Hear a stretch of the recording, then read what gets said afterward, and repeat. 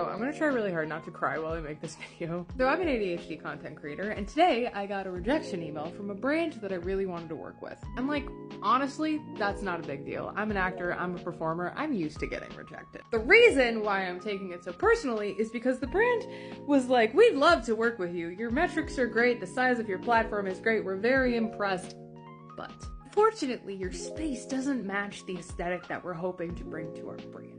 To a certain extent, fine. Like, I understand that from a marketing, from a branding standpoint, right? You want people to see shiny, beautiful, Pinterest perfect houses on their feeds when looking at your products. However, I have spent literal years building systems and structures in my space in order to accommodate my disability. And I spent a lot of time wrestling with guilt and shame and embarrassment that my house didn't look Pinterest perfect, that my house was never going to be in a design magazine. For me, my disability, my executive functioning deficits, I need things out. I need things visible. I need things easily findable, easily accessible. Sure, there's people who would take umbrage with the fact that I took off my cabinet doors, but it helps me function and keep my kitchen clean. It's frustrating, right? Because you know what I would give to live in like a gorgeous, minimalist, like Pinterest perfect fever dream? A lot of money. That is not my reality. It's weird because like it's also the reality of the quantifiably hundreds of millions of people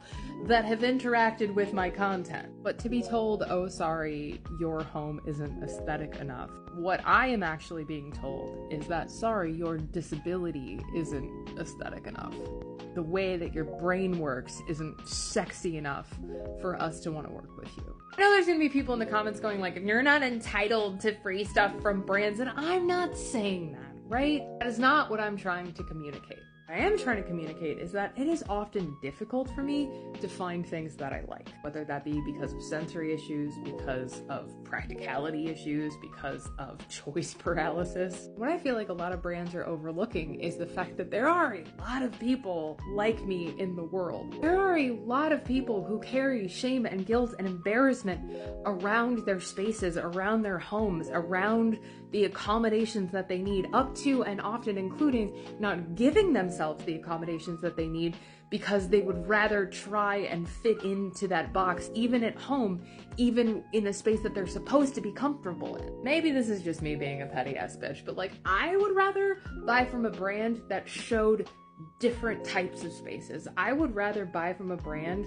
that acknowledged disability and diversity in homes and the needs of home design. Like my brain literally struggles to understand where my body is in space at all times as part of my neurodivergency. Do you know how much coffee I have spilled on this couch? This is where you find out that this whole video has been about a couch the whole time. As a consumer and as somebody who literally wants to work with brands, I want to be able to show that your couch, your product, your whatever is going to hold up under the like chaotic pressures of an ADHD household. Like, yeah, your couch might look amazing in, in influencers like picture perfect home, but how does that relate to my experience and my life?